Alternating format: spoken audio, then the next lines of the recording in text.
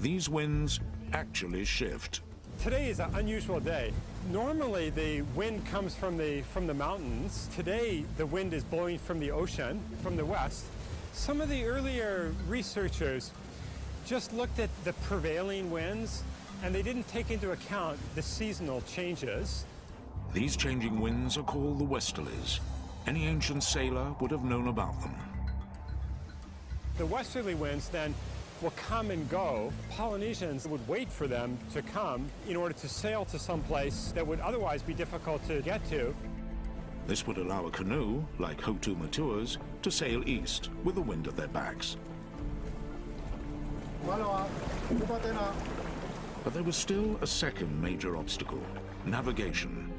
How did they pinpoint land in an immense ocean without a compass or any other tool? Nainoa Thompson and the Polynesian Voyaging Society are working to find answers. I really believe navigation, it's at the core of who we are as people. Here it comes. They intend to prove their ancestors were able to sail on epic two-way journeys across the Pacific. Open the main. Nice and easy, nice and easy. And that they have the navigation skills to do it. Let's turn it. Come on. Thompson is a master navigator. And then we're going to start to uni the canoe that way. He trained with one of the few people on Earth who knew the secrets of how the ancients once steered by the stars. Micronesian navigator Mau Pialu learned this craft through oral traditions, passed down from generation to generation, over 3,000 years. Everything you see on this canoe that we do today, fundamentally, it all came from Mau. How did the ancients find their way across the vast Pacific? And in a culture with no writing, how are routes and directions passed on?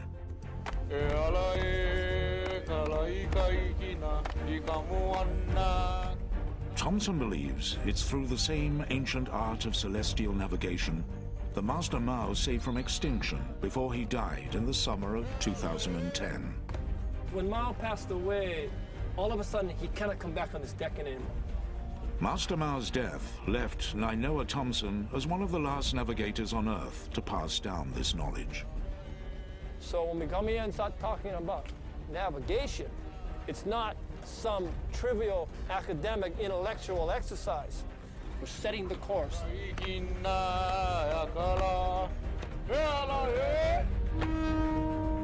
Now Nainoa Thompson just needs to prove that this ancient knowledge would have allowed their ancestors to cross thousands of kilometers of open water to find their way to Easter Island. In the middle of the Pacific, the Polynesian Voyaging Society is trying to demonstrate that their ancestors could navigate vast stretches of open ocean long before the compass was even invented. Why don't we go skip the sails up? No, pull them straight, pull them straight. Thompson's goal is to show that even a crew of young explorers with no modern instruments can find their way using his ancient knowledge. We're going to hold a course towards Tahiti, so for the first part of the night, and then we'll hold a course back to Hawaii. So it'll be like we're going to Tahiti in the minds of these students, and then it'll be like coming home once we turn around. Their main tools come out at night. Like his ancestors, Nainoa has memorized a detailed map of the stars.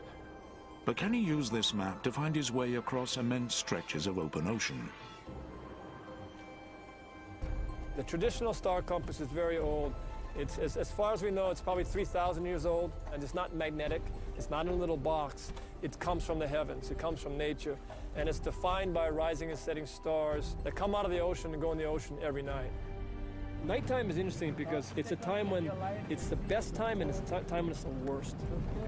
When there are a night like tonight where there's so many clear stars, we have hundreds of opportunities to keep a very accurate course.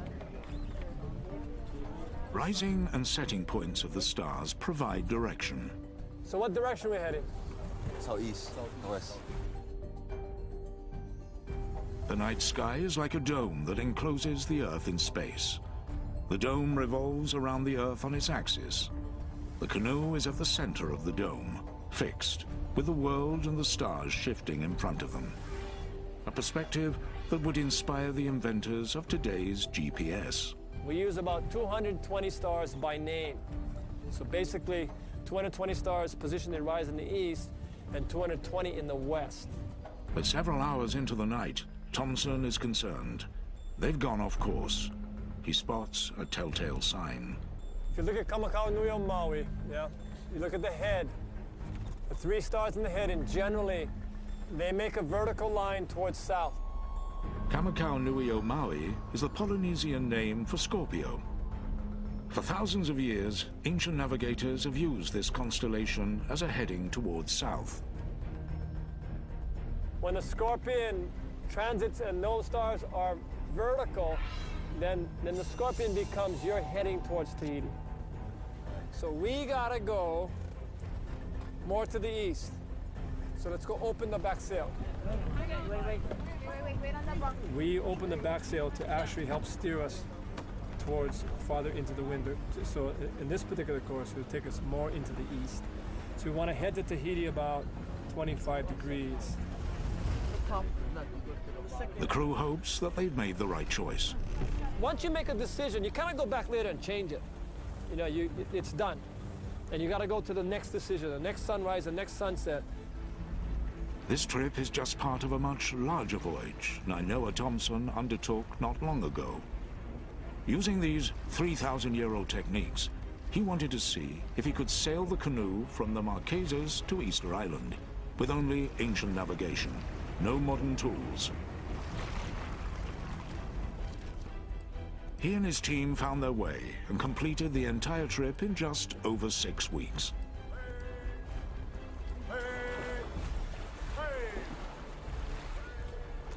Thompson's journey was the evidence researchers had been looking for. The proof that Hotu Matua could well have traveled from Hiva to Easter Island. That his journey may well have been much more than just a legend.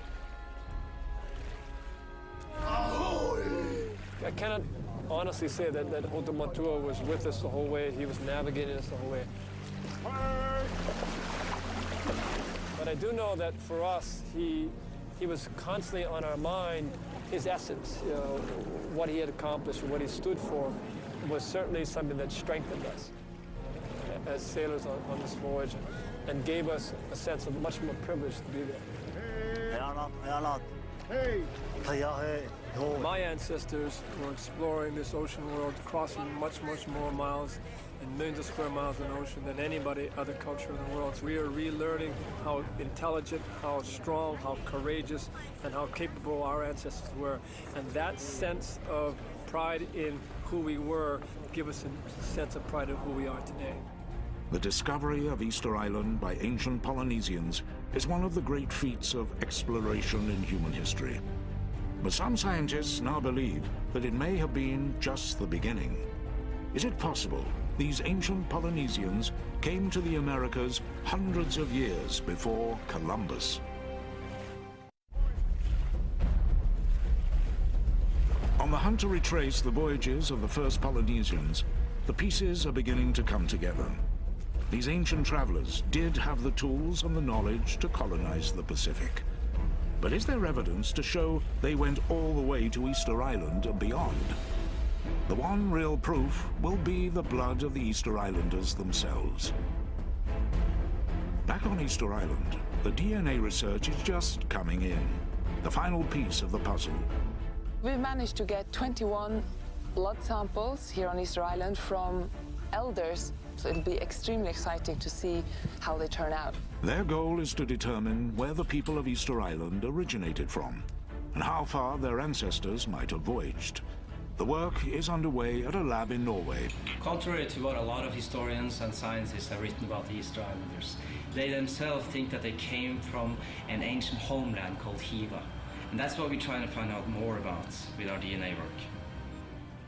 When the results come back, Sturla is thrilled. Our work actually can confirm that the ancient Polynesians came from a Central East Polynesian homeland. This is the proof they've been looking for. The Easter Islanders did come from Polynesia. Hotu Matua, or one of his countrymen, did make the long voyage across the ocean. It's what many have suspected. but it's never been proved until now. The genetic results have one extra surprise. All the samples that we tested, two were really interesting and surprising to us. These two have some South American DNA deep inside their genetic history. And that may point to even further voyages. The DNA results suggest that Polynesians traveled to South America hundreds of years before Christopher Columbus. It's an amazing theory that Polynesians beat Columbus to the New World by centuries. Hey! Hey! But can science prove it? Back on the Marquesas, Barry Rowlett has stumbled on one surprising bit of evidence: the humble sweet potato. The sweet potato gives clues to understanding the extent of Polynesian voyaging. Today, it's found all over Polynesia, but it's not a native plant. It's native only to South America, and so it had to have been introduced to Polynesia. So how did it get there? Unlike the coconut, which can float on the ocean and survive many months at sea and then start growing if it lands on a deserted island, the sweet potato would just sink and die if it falls into the ocean. And so for it to get from South America to Polynesia, someone had to bring it here. Carbonized sweet potatoes found in Polynesia have been dated back as far as 1000 AD. Scientists believed that it may have been the South Americans themselves who introduced the sweet potato to Polynesia. But now Rowlett's discoveries and the expeditions of the Polynesian Voyaging Society reveal that it was the Polynesians who had the knowledge, tools, and skill for long-distance round-trip voyaging. That has changed everything. Now, we believe that it was the Polynesians who reached South America and then came back with the sweet potato. Polynesians traded and made contact with islands all the way from the South Seas to South America. They were the great explorers of their age. And the place they set out from was in fact his central homeland, what the Easter Islanders called Hiva. But this homeland is not quite what people had envisaged. Hiva did exist. It's just that the earlier scientists were looking for it in the wrong form. We believe that this was the homeland from which people left to settle Easter Island, Hawaii, and New Zealand. Easter Island, Hawaii, and New Zealand form 3 points of the Polynesian Triangle. At over 25 million square kilometers, it's the largest cultural territory in the world. Europeans and Americans who have grown up on continents tend to think of the land as their home, but Polynesians see the sea as their home. Their view of the world is this enormous ocean or territory with islands throughout. Rowlett believes that Hiva was the central homeland from where ancient Polynesians created a water continent. Metaphorically speaking, Hiva may not have been a continent per se, but instead a group of islands that were connected by long-distance voyaging. At over 25 million square kilometers, the Polynesian Triangle will be the 3rd largest continent on the planet, but it will be doomed to disappear in later years when they stopped long-distance voyaging. The disappearance of the continent, or the sinking of the continent, then was simply the breakdown in the interaction sphere that led to the isolation of these islands. For Rowlett, all the facts add up. This is incredible when we consider that Polynesians were crossing oceans, crossing the Pacific Ocean, the largest ocean in the world, centuries before Christopher Columbus. So the Easter Islanders' claims do make sense. Their forefathers were some of the great navigators on the most remarkable human journeys of their age, as they charted a course across an island world to colonize vast stretches of the Pacific. Polynesia is an ocean world. It's an ocean land. And from that perspective, this ocean is not what divides us on the earth, it's what connects us. This ocean is the highway